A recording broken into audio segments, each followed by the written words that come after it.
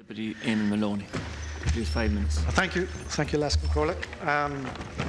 Firstly, like the previous speaker, can I welcome the debate on the subject of SNAs, resource teachers, etc. A very valuable, what has proved to be a very valuable asset to schools in the period of years since it was first introduced, 2001, I believe. Very valuable asset, particularly for the children involved, and the knock-on effect of the confidence of a child and the confidence of parents whose children have benefited from the introduction of the SNA scheme. It is a good. It is important, and it's good also that the opposition would raise these topics, whether it's SNAs or the minimum wage or JLCs, whatever, in a parliament, a democratic parliament. That's a good thing, and I stand by that and agree in principle with that. And like others, I would welcome debates like this, with one proviso. It's a bit like the old cliché about the first casualty of war is truth. And having watched every single speaker up until 3 minutes ago on the monitor upstairs speak of this, it seems to me, having been here for about 130 days, that when there's a private member's motion, the first casualty, it appears to me, is the truth. And I listened to everyone upstairs, everyone, not one single person, and I have respect for some of the people on the other side, not all of them, but some of them. Not one of them referred to the facts that my colleague on the left has referred to just earlier on. I just want to repeat it for the record. In this year alone, Laskin Corla, there will be 10,575 SNAs. And I want to emphasise that's more than last year.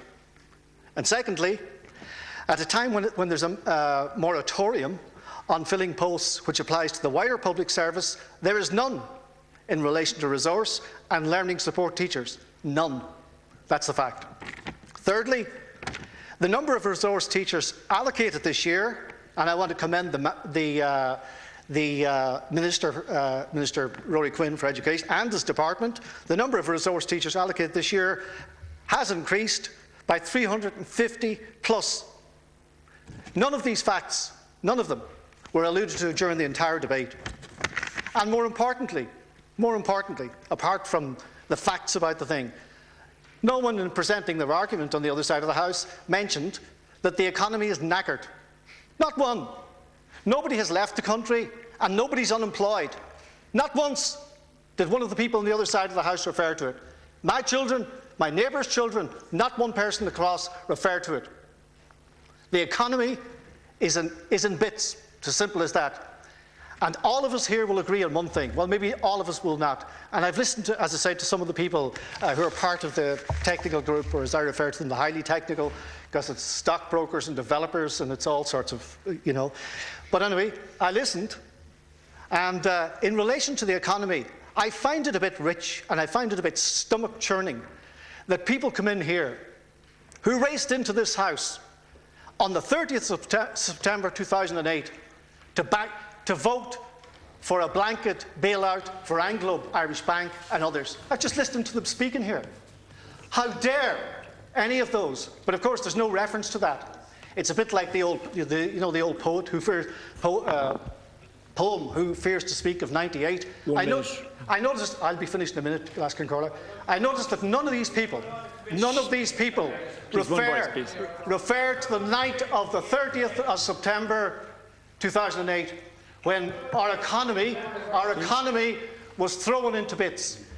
Particular reference, both of them are now gone. I heard Deputy McGrath, Finney McGrath, I don't know him from Adam, but I heard him talking about having a go at one of my Labour Party colleagues, Aidan O'Riordan, who was going around talking about SNAs before the election.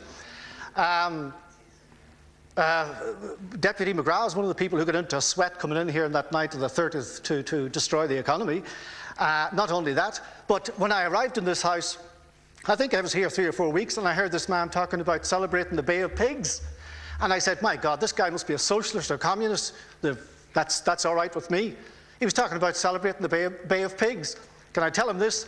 That if he's deciding to go to Havana during the summer, I think Fidel Castro, when he reaches Havana airport, will take him to the side and he'll probably be kneecapped in the head. Because if they hear in Cuba that Finney and McGrath bailed out the Anglo-Irish banks and everyone else and sent half of the young people to cross to Canada and Australia, he won't be coming back from Havana. Thank you, Les Controller.